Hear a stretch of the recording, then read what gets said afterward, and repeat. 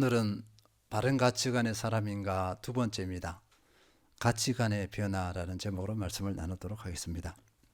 우리는 우리의 신분, 그리스도인의 신분을 확인해 볼 필요가 있습니다. 세상 가운데 살고 있습니다. 하나님께서 세상으로 파송하셨다. 세상에서 나그네이다, 거류민이다 라는 이런 표현들을 합니다. 맞는 말일까? 성경을 보면요, 여기 베드로전서 2장 11절 읽겠습니다.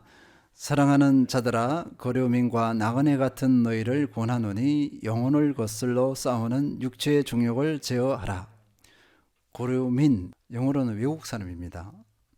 나그네, 외국 사람 나그네라는 표현이라면 우리 그리스도인은 원래 고향이 있다는 것입니다. 이것을 가지고 본향 이렇게 합니다. 곧 하늘입니다. 빌립보서 3장 20절에서는 이렇게 표현하고 있습니다. 읽겠습니다. 그러나 우리의 시민권은 하늘에 있는지라 거기로부터 구원하는 자 곧 주 예수 그리스도를 기다리노니. 빌립보서 3장 20절에서는 본향을 하늘 시민권자로 표현하고 있습니다. 믿음의 사람은 하늘 시민이다. 하나님 나라 시민이라는 것입니다. 그런데 이 시민권에 대한 깨달음과 그 획득은 믿음 후입니다. 에베소서 1장 3절에서는요, 이미 창세전에 그리스도 예수 안에서 우리를 택하셨다고 이렇게 말씀하고 있습니다. 창세전에 택하셨음에도 불구하고 우리가 이것을 깨닫는 것은 믿음 이후입니다. 골로새서 3장 3절에서는 이렇게 말씀하고 있습니다. 이는 너희가 죽었고 너희 생명이 그리스도와 함께 하나님 안에 감추어졌음이라. 믿음의 사람은 육신, 죄성으로 가득 찬 그 본성이 죽은 존재입니다. 예수 그리스도를 통해 하나님께서 허락하신 영원한 생명이 그리스도와 함께 하나님 안에 감춰져 있다. 너무나 감격적인 표현입니다. 이것은 사실입니다. 진리입니다. 이 진리 사실은 너무나 놀랍습니다. 이것이 그리스도인입니다. 감격함으로 아멘 해야 하고 또 생각만 해도 감격해야 할 놀랍고 은혜로운 진리입니다. 그러나 그리스도인 믿음의 사람은 이렇게 이미 예정된 본래의 신분임에도 불구하고 하나님께서 예비하신 믿음의 때가 오기 전에는 이 신분을 깨닫지 못합니다.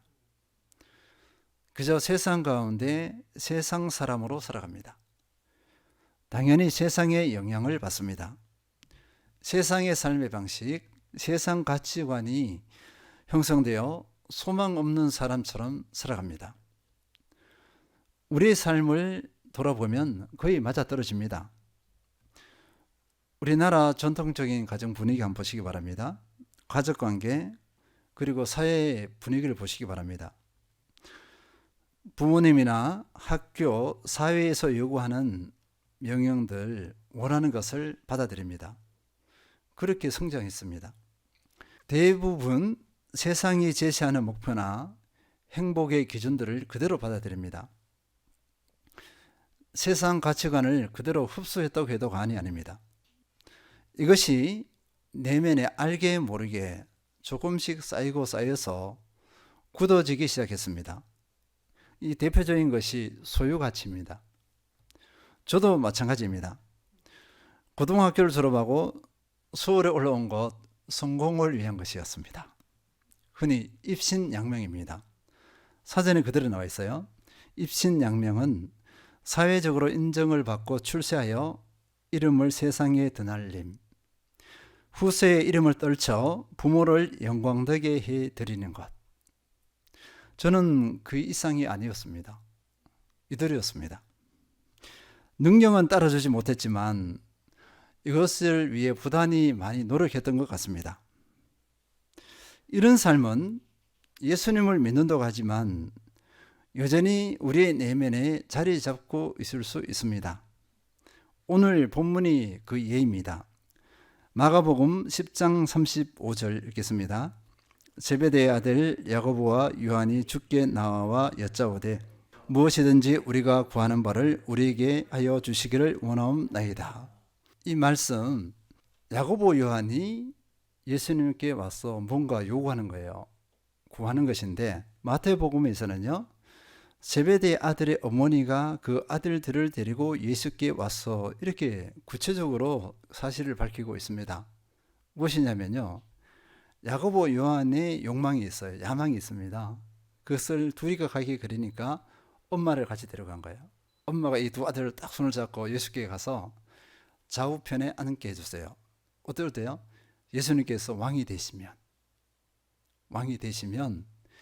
우리 아들 하나는 좌, 하나는 우편에 앉게 해주세요. 이 요구를 한 것입니다. 근데 예수님께서는 대응 안 하시고 무엇을 하여 주기를 원하느냐 이렇게 묻습니다. 이들의 대답이요, 요한복음 10장 37절 읽겠습니다. 여짜오되 주의 영광 중에서 우리를 하나는 주의 우편에 하나는 좌편에 앉게 하여 주옵소서. 요한의 집안에서 이 요청을 한 것입니다. 어머니까지 했으니까 아버지가 뭐 다 같이 했겠죠. 그죠? 같은 마인드로 했을 것 같습니다. 근데 이게 언제 일어났냐면요, 요 마가복음에서는 예수님께서 고난을 선포하신 후에 3차 고난 마지막으로 선포하셨어요. 인자가 죽는다, 내가 죽는다 이렇게 했습니다. 근데 이들에게는 예수님의 죽음이고 뭐고 들어오질 않아요. 예수님이 왜 죽어? 이건 상상도 하지 않고 예수님께서 지금까지 보여주신 능력으로 왕이 될 때 자기들이 차지할 자리 그거밖에 생각하지 않습니다. 이들은 예수님의 이 인자 자리를 탐하고 있습니다. 권력 다툼을 하고 있는 것입니다. 누가복음 22장 24절 읽겠습니다. 또 그들 사이에 그중 누가 크냐 하는 다툼이 난지라. 이 누가복음에서는요, 언제 시냐 그러니까 고난받는 그 주간 목요일 성만찬 이후에, 그러니까 몇 시간 이후면 예수님이 어떻게 되죠? 붙잡혀서 십자가에 못 박히십니다. 그때 이들에게 누가 크냐고 다툼이 일어났습니다. 세상 말로는요, 정신 나간 작자들이다. 이 표현이 맞습니다. 정말 정신 나간 작자들이잖아요. 지금 예수님이 몇 시간 후면 죽는데 누가 더 크냐 이 싸움을 하고 있어. 이런 정신 나간 작자들이 어디 있나 그렇게 볼 수 있습니다. 근데 이들이 누구죠? 예수님의 제자입니다. 마가복음 10장 41절 읽겠습니다. 열 제자가 듣고 야고보와 요한에 대하여 화를 내거늘. 그러니까 이들 사이에 막 분쟁이 일어난 거죠. 분열이 일어난 겁니다. 그러면서 어떻게 하죠? 서로 시기하고 질투하고 그 악한 모든 것이 이들에게 나타났습니다. 제자들이 주님을 믿고 따릅니다. 그런데 이들은 아직 예수님을 모릅니다.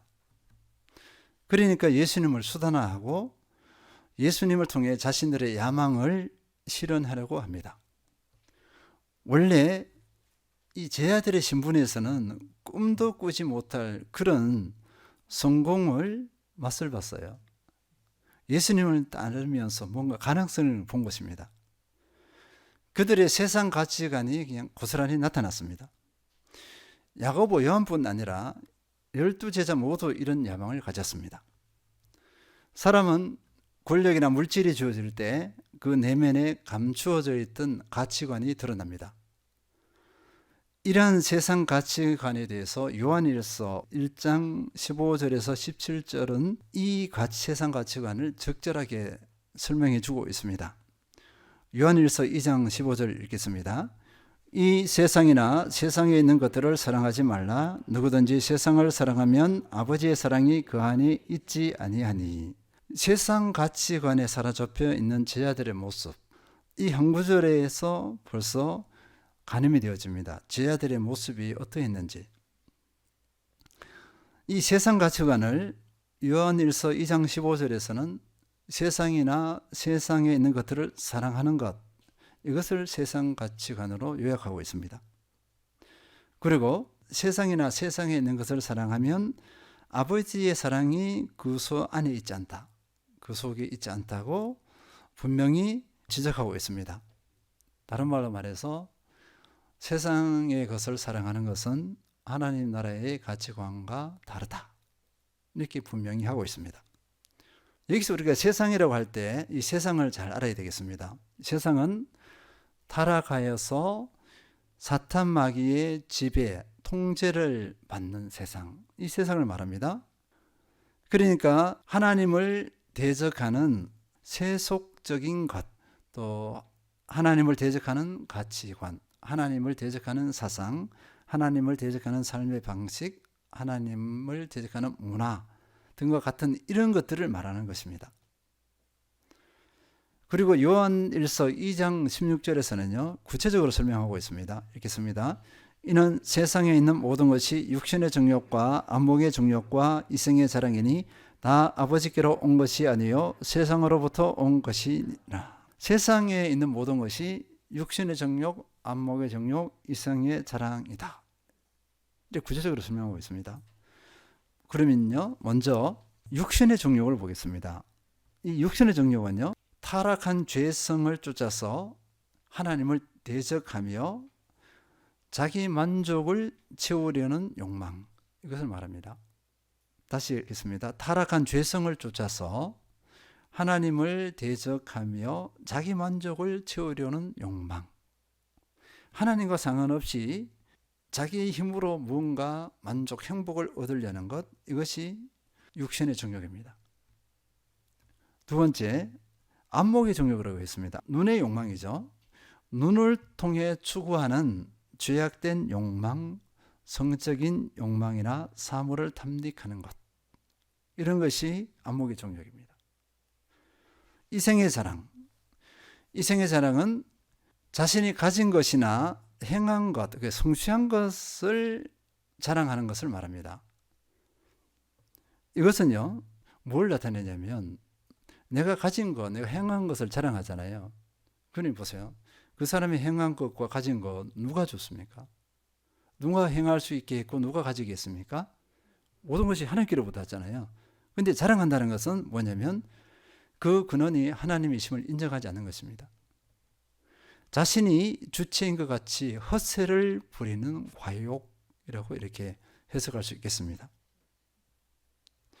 그리고 여기 있는 모든 것들은 지금 세 가지는 육신의 정욕, 안목의 정욕, 이생의 자랑은 하나님께로부터 온 것이 아니라 세상으로부터 온 것이라고 딱 결론 짓고 있습니다.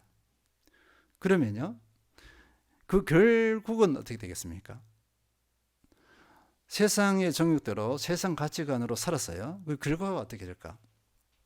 요한일서 2장 17절 읽겠습니다. 이 세상도 그 정욕도 지나가되 오직 하나님의 뜻을 행하는 자는 영원히 거하느니라. 이 세상도 그 정욕도 지나가되, 세상을 사랑하여서 세상에 있는 것들을 사랑하여서 열심히 땀 흘리고 그것을 얻으려고 했어요. 그리고 그것을 얻었습니다. 어느 정도 열매를 맺었습니다. 그런데 그것이 어떻게 된다고요? 다 지나간다. 다 사라진다는 것입니다. 일순간이에요. 그러나 하나님의 뜻을 행한 사람, 하나님의 가치관으로 살아간 사람은 영원히 거한다. 이게 무슨 말이냐면요, 앞에 수식을 넣어야 됩니다.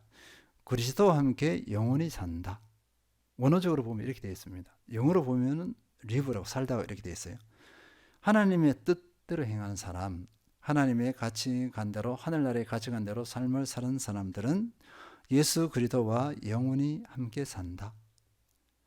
이렇게 결과가 나눠져 버립니다. 하나님의 가치관으로 살아가는 사람이 영원히 그리스도와 함께 산다. 이 사실 보세요. 얼마나 감격적인 결과인가 보시기 바랍니다. 반대로 세상을 사랑해서 세상 가치관으로 살아가서 그 결과를 보세요. 얼마나 비참하겠습니까? 그래서 우리 그리스도인들은요, 가치관의 변화가 필요합니다. 가치관이 변화되어져야 합니다. 그렇지 않으면, 그리스도인이라 하면서 가치관이 변화되지 않으면 세상 사람과 다를 바 없는 그런 삶을 살아가요. 예배 드리고 교회에 헌신 봉사하고 다 합니다. 직분은 다 가지고 있어요. 그런데 세상 사람과 다를 바 없을 수가 있다는 것입니다. 그래서 내면의 그 가치관이 바뀌어져야 됩니다. 그러면 어떻게 가치관이 변화되어질 수 있는가? 먼저 살펴보면요, 십자가 체험이 있어야 합니다. 이 십자가 체험은요, 예수님과 죽으심과 부활을 경험하는 것인데 제자들의 모습을 보면 알 수 있습니다. 예수님의 죽으심 이전에 보면요, 자, 죽으심 이전의 제자들의 그 모습을 보시기 바랍니다. 우리가 좀 전에 살펴봤잖아요. 죽기 몇 시간 전에 이들이 누가 크냐고 서로 싸우고 있었습니다. 세상 가치관에 붙잡혀서 포로가 된 것이죠. 예수님께서 직접 선택하셨어요. 그들은 예수님께 선택받아서 예수님의 가장 가까이서 개인적으로 비우는 특권을 누렸습니다. 그런데 이들은요, 세상 가치관이 더 커졌습니다. 그러나 이렇게 연약했던 이 제자들이 예수님의 죽으심과 부활을 맛본 후에 어떻게 됐습니까? 완전히 달라졌습니다. 다른 말로 말하면 이 가치관의 변화는 가능하다는 것입니다. 얼마든지 가능한 것이에요. 그리고 이들은요, 예수 그리스도의 죽으심과 부활을 전하는데 목숨을 걸었습니다. 목숨을 내놓았습니다. 가치관이 바뀐 것입니다. 세상 가치관을 버렸습니다. 대신에 하나님 나라 가치관이 그들을 사로잡았습니다. 12제자 중에요, 요한을 제외하고 평범한 죽음을 당한 사람이 없습니다. 이들은 모두 자원에서 순교, 그 순교를 거부하지 않고 순교 앞에 도망치지 않았습니다. 근데 뭐라 했냐면요, 이들은 순교를 피하지 않고 예수님께 대했던 예전의 그 부끄러운 모습들, 세상 가치관으로 예수님을 따랐던 그 모습을 부끄러워하면서 예수님보다 더 잔인한 죽음을 당하게 해달라고 요청했어요. 여러 예가 있습니다. 그렇게 그들은 변화된 이후에 하나님 나라의 가치관으로 사로잡혀서 남은 인생을 그렇게 살아냈습니다. 다시 확인합니다. 가치관은 변화가 가능합니다. 예수님의 죽으심과 부활을 체험해야 가능합니다. 우리가 예수님의 죽으심과 부활이 좀 막연하다면 이 하나님 나라의 가치관이 다가오지 않을 거예요.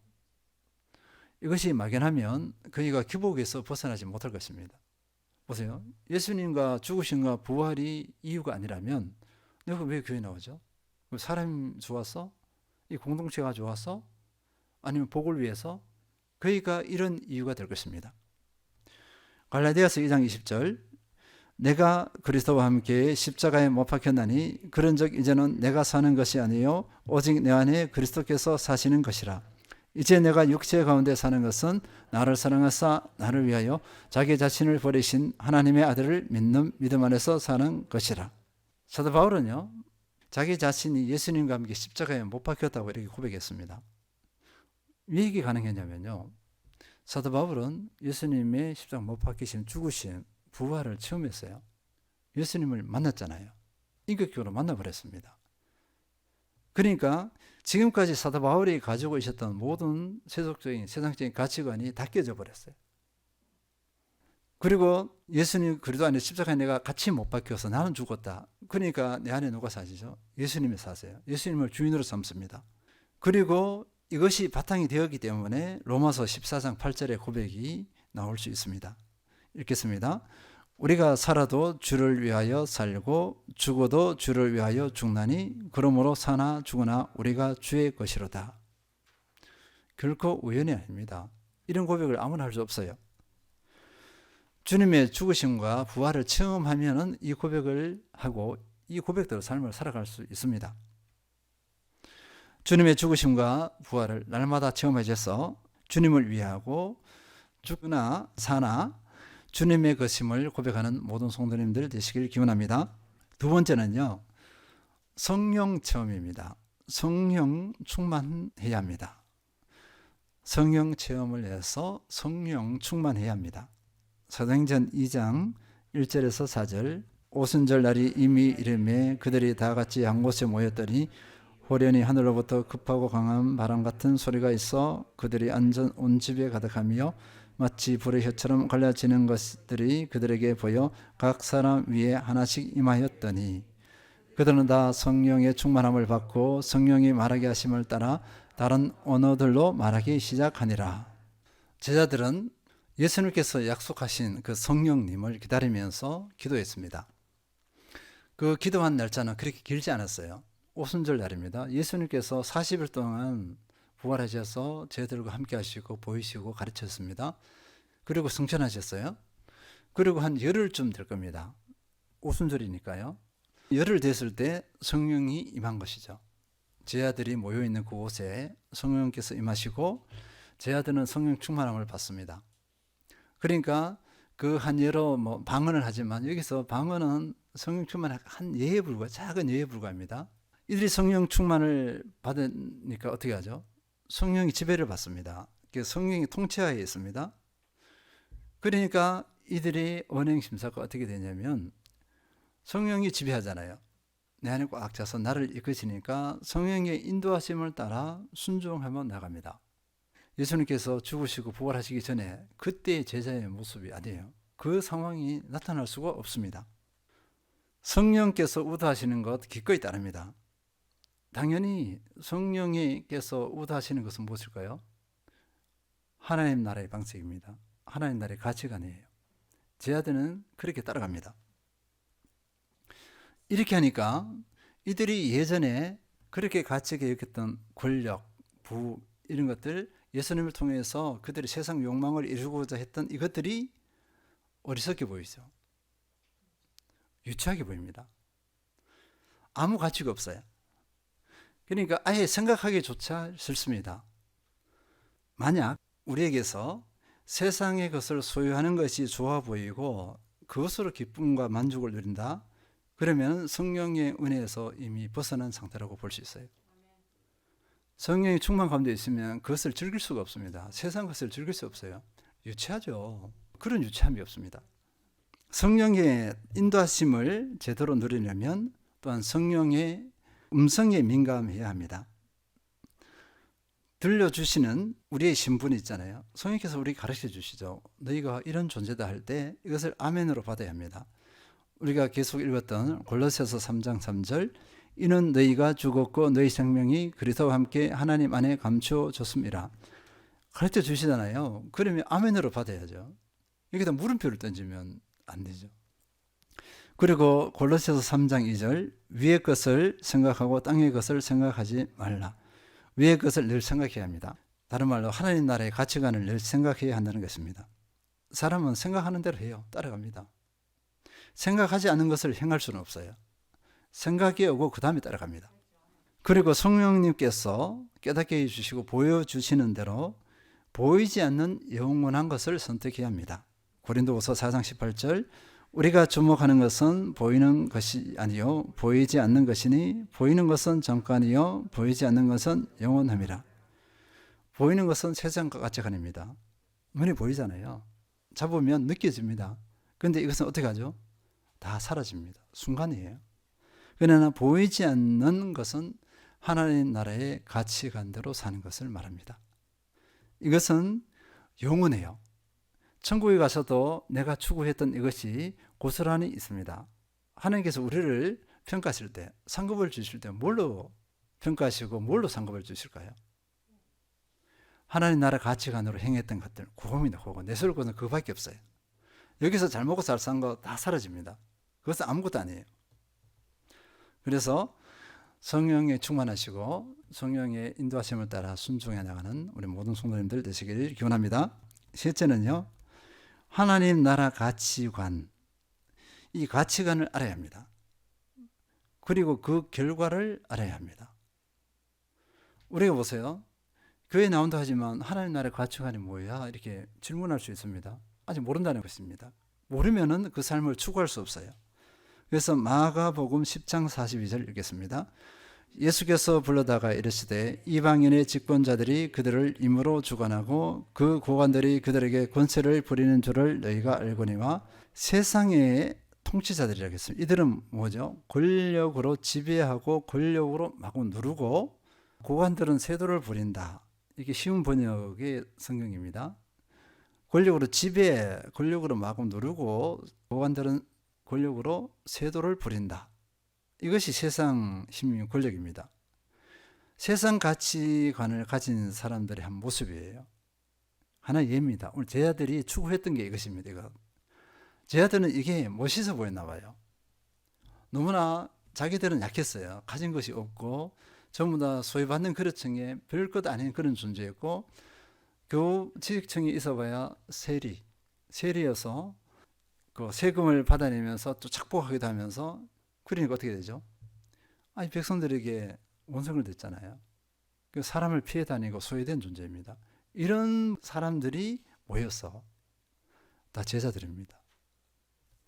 그러니까 권력을 가진 자리가 얼마나 멋있어 보였고 그걸 얼마나 소망했을까 생각해 볼 수 있습니다. 그런데요, 이 자체를 보면요, 우리도 그럴 수 있다는 것입니다. 사복음서 제자들이 그랬던 것처럼 그리스도인이라 하는 우리도 이것을 부러워하고 이것을 추구할 수 있습니다. 내가 권력, 소유를 추구할 뿐더러 이것으로 막 휘두르려고 하는 유혹에 빠져 있지는 않은지 살펴봐야 합니다. 목회자가요, 가치관이 바뀌지 않으면, 목회자이면서 가치관이 바뀌었다, 안 바뀌었다, 제자들처럼 바뀌지 않을 수도 있습니다. 목회자에게는 일정한 권리가 있어요. 권한이 있습니다. 설교권, 무슨 권해서 할 수 있는 교회가 부여한 권한이 있어요. 이 권한을 세상 가치관으로 사로잡혀 있으면 어떻게 되죠? 여기 세상 권력자들처럼 이 지위를 가지고 어떻게 해요? 누릅니다. 휘둘려 버립니다. 사람을 막 부려버려요. 능력, 힘을 더 주면 어떻게 할까요? 더 심해집니다. 힘과 권력, 부를 가지면 그 사람의 속성이 나타납니다. 감춰져 있던 것이 다 드러나요. 다시 확인합니다. 삶의 현장에서 우리 성도님들은 어떻게 했습니까? 또는 가정에서 우리 성도님들은 어떻게 했습니까? 마가복음 10장 43절 읽겠습니다. 너희 중에는 그렇지 않을지니 너희 중에 누구든지 크고자 하는 자는 너희를 섬기는 자가 되고, 너희 중이라 그랬습니다. 너희는 나를 따르는 너, 제자는 이것입니다. 그리스도인은, 믿음의 사람은 그렇게 해서는 안 된다, 이렇게 딱 못을 박았습니다. 이 제자는요, 믿음의 사람은, 그리스도의 사람은요, 그런 가치관, 세상 사람들의 그런 가치관으로 그런 삶의 방식으로 살아서는 안 된다, 명확합니다.